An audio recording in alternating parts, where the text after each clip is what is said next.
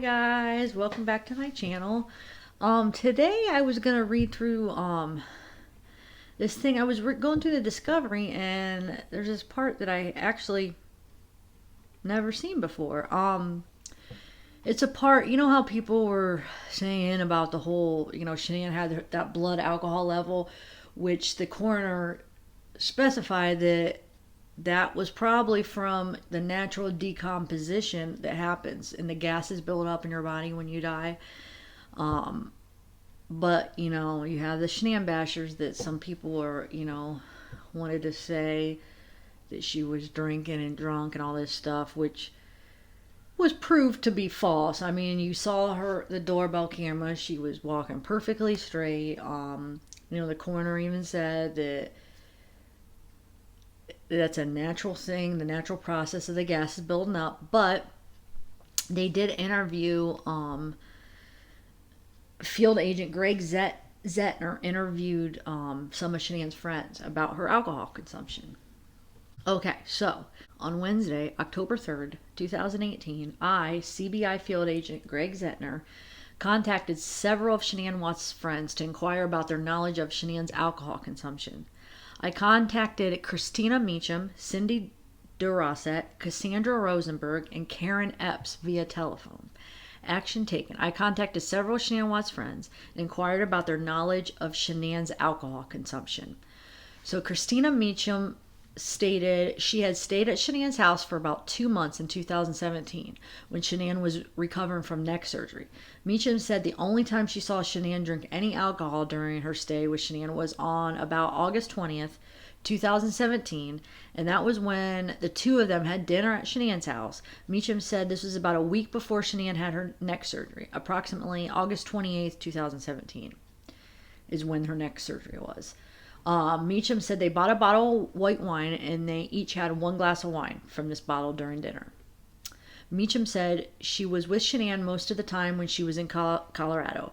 Meacham said she took over the care for the children during this time and she did some of the cleaning around the house while Shanann was recovering. Meacham said she did not recall ever seeing any alcohol in the house other than the half bottle of wine left over from their dinner on about August 20th, 2017.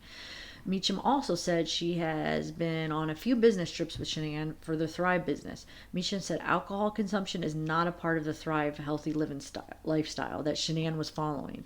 Meacham said she did see Shanann have a few alcoholic drinks on these trips, but classified Shanann's alcohol consumption as very minimal and only social drinking.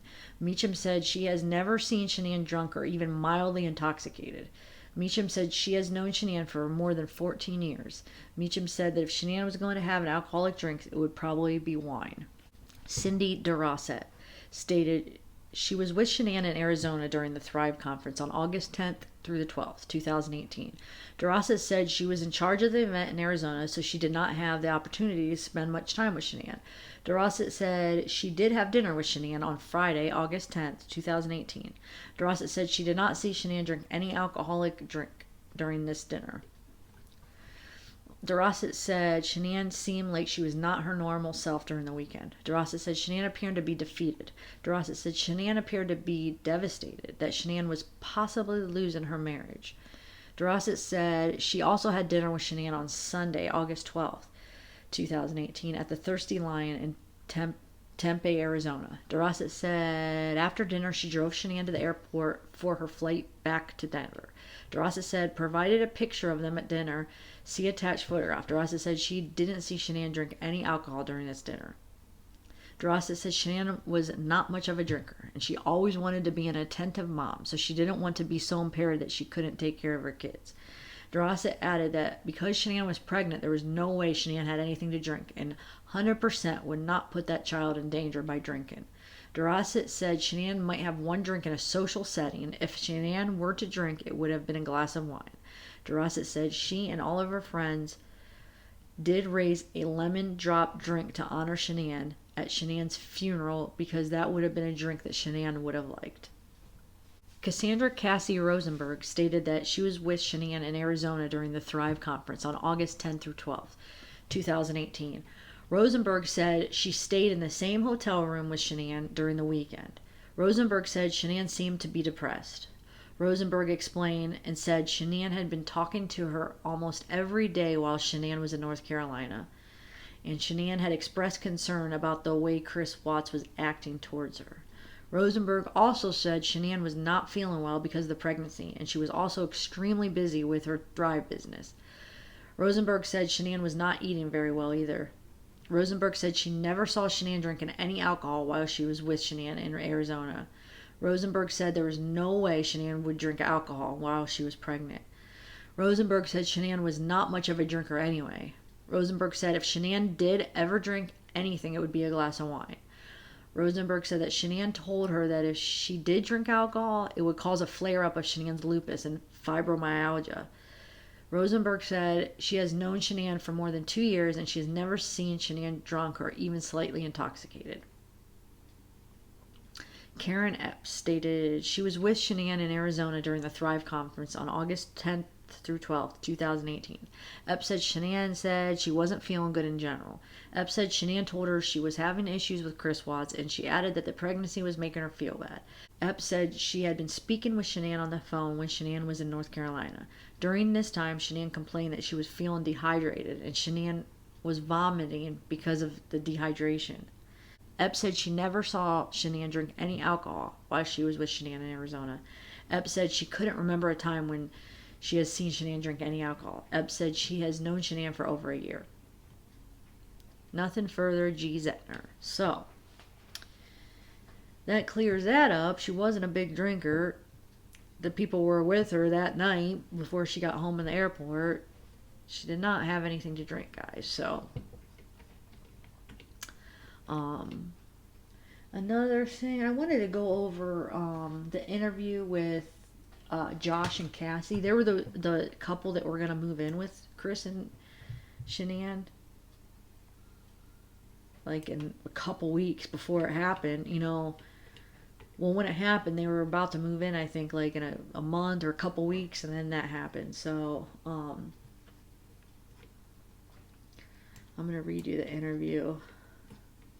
Okay, so Agent Galbraith interviewed Joshua Rosenberg by phone on 8/24/2018 at 8:47.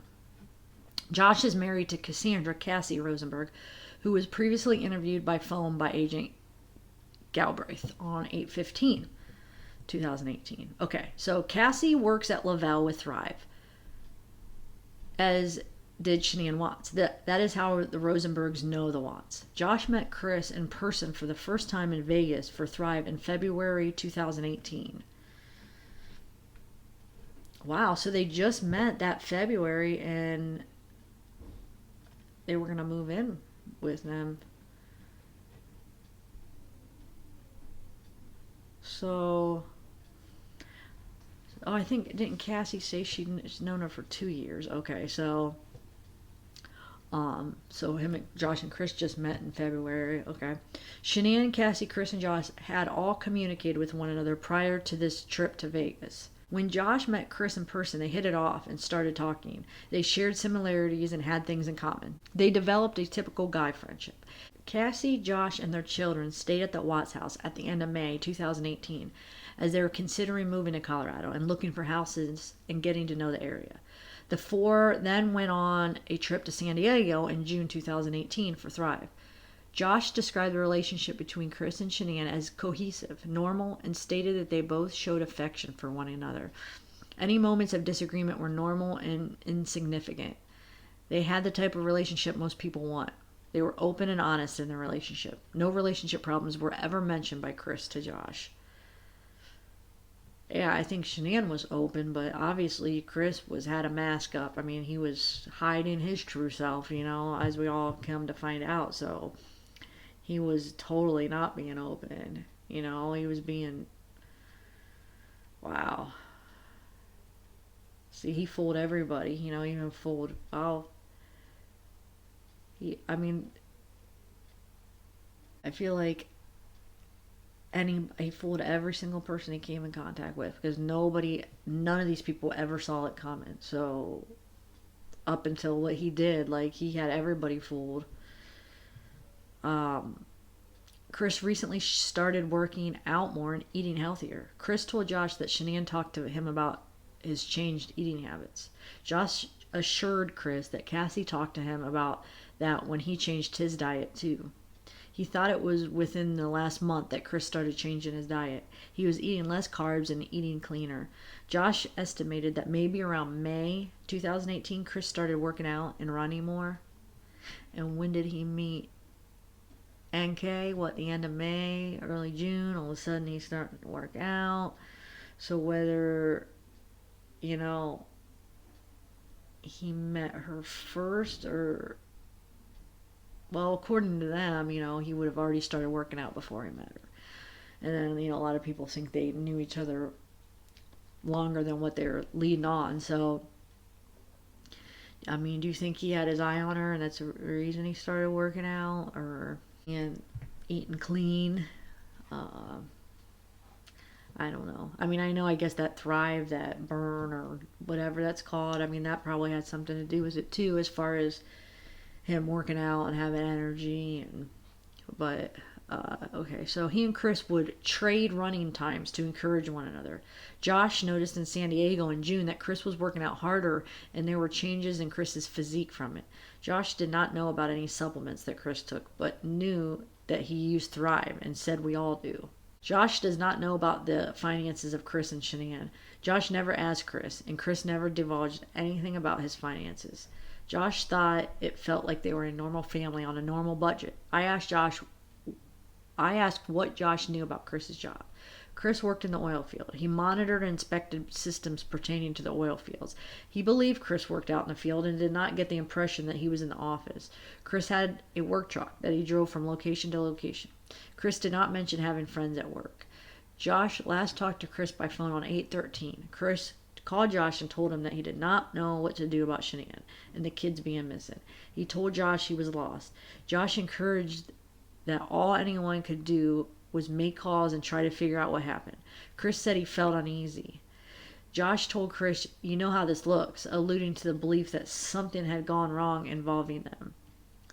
Chris acknowledged that and told Josh that he did not know what to do. He said he felt like everyone was mad at him and he did not know who to call. Chris said he did not know how anyone could think he could do it. Why? Because you thought you had everybody fooled? You're that good that you fooled everybody? Josh told Chris that he needed to do everything he could.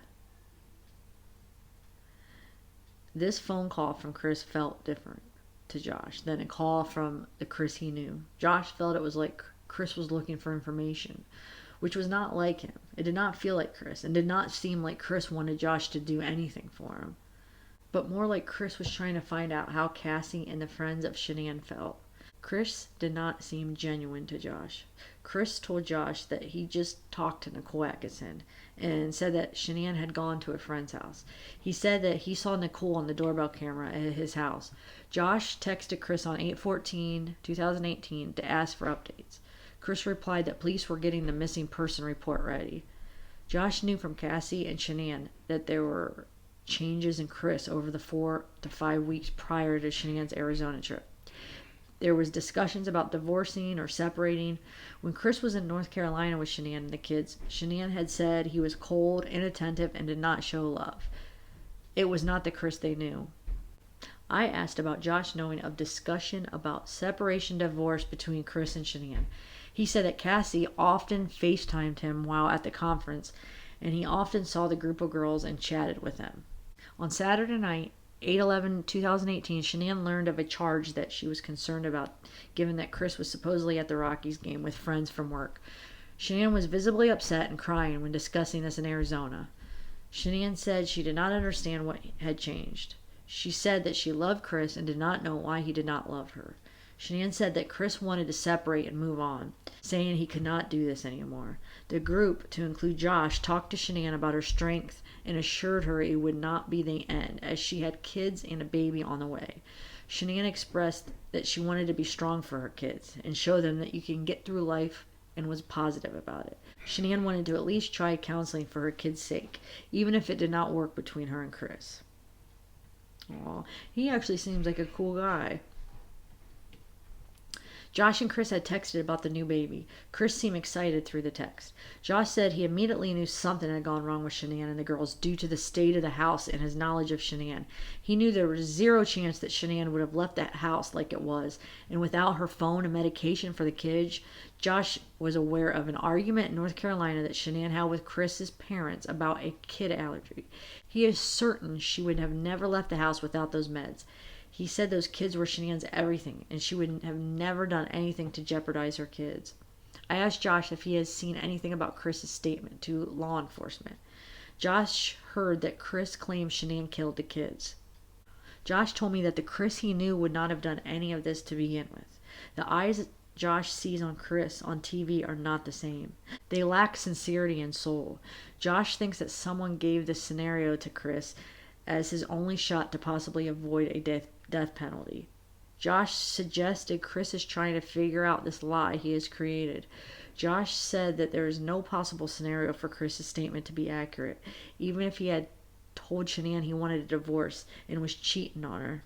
Josh insisted that Shanann would have never done anything to her kids. She would choose her kids over Chris 100 times out of 100 if she would have had to. Josh thinks Chris is saying this in an effort to figure out how to cope with what he did.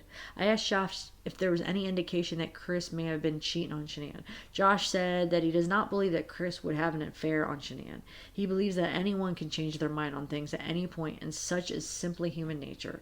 He thinks that Chris possibly changed his mind and decided against a relationship with Shanann, but would have told Shanann before seeking out another woman. Josh still feels this way about Chris.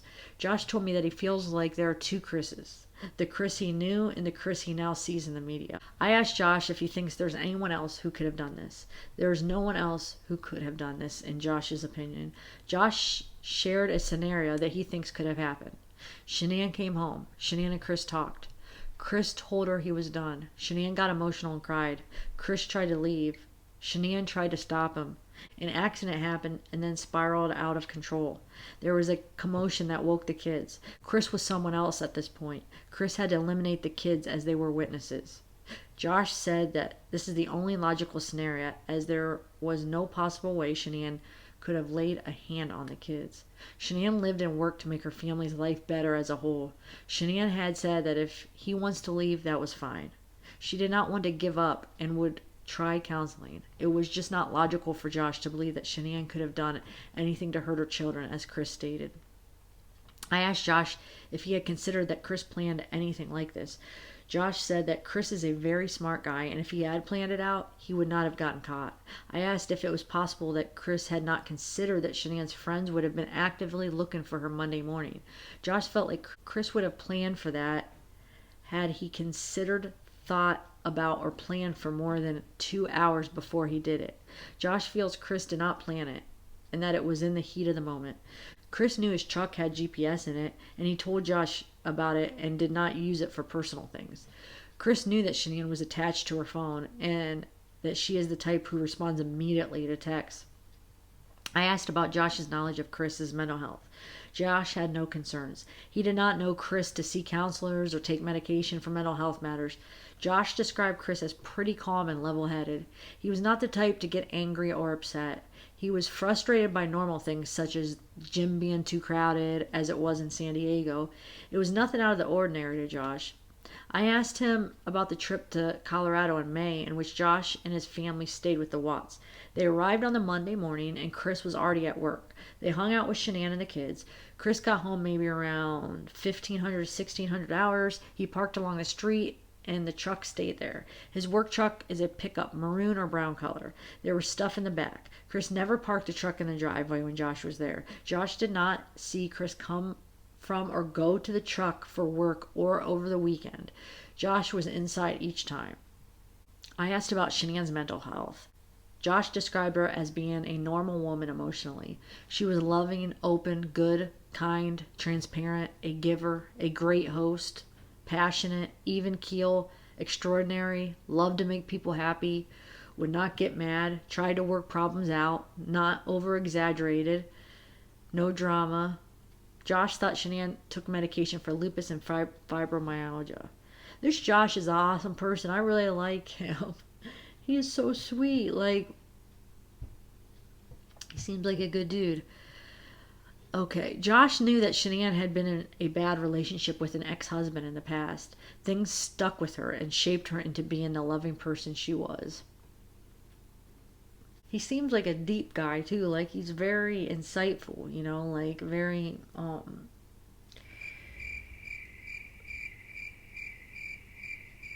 Josh wanted to reiterate that those close to Chris and Shanann, as he and Cassie were, and knew who Chris and Shanann were, know that Shanann would not have left her things at the house the way it was, or ever put a hand on her kids, even in her worst moment. She was kind, loving, open, and even going through the pain of starting over without Chris, she was still focused on being a better example for her kids. He does not know how anyone could see otherwise. Josh believes that Chris killed the kids too. He thinks something went wrong and spiraled out of control, and he was now lying because he cannot deal with what he did. Cassie came to the phone to provide that she and Josh are moving to Colorado next week and provided their new address. Cassie also wanted to make sure investigators know that there was an Amazon Alexa in the Watts house that may have recorded something to aid in the investigation. I assured her that was known and thanked her and encouraged her to reach out with other thoughts or information that comes to her. So interview concluded at 10. Okay, so that is that interview. How awesome is Josh? He seems like the sweetest guy. Like very observant and aware, and pays attention, and just, I don't know, he just seems very like empathetic and insightful, and just, I don't know, he just seems like a really good guy. Unlike Chris. So, wow. All right, guys. Thank you. I hope you guys enjoyed it. I just wanted to read that to you. All right. God bless you all. Thank you. Bye.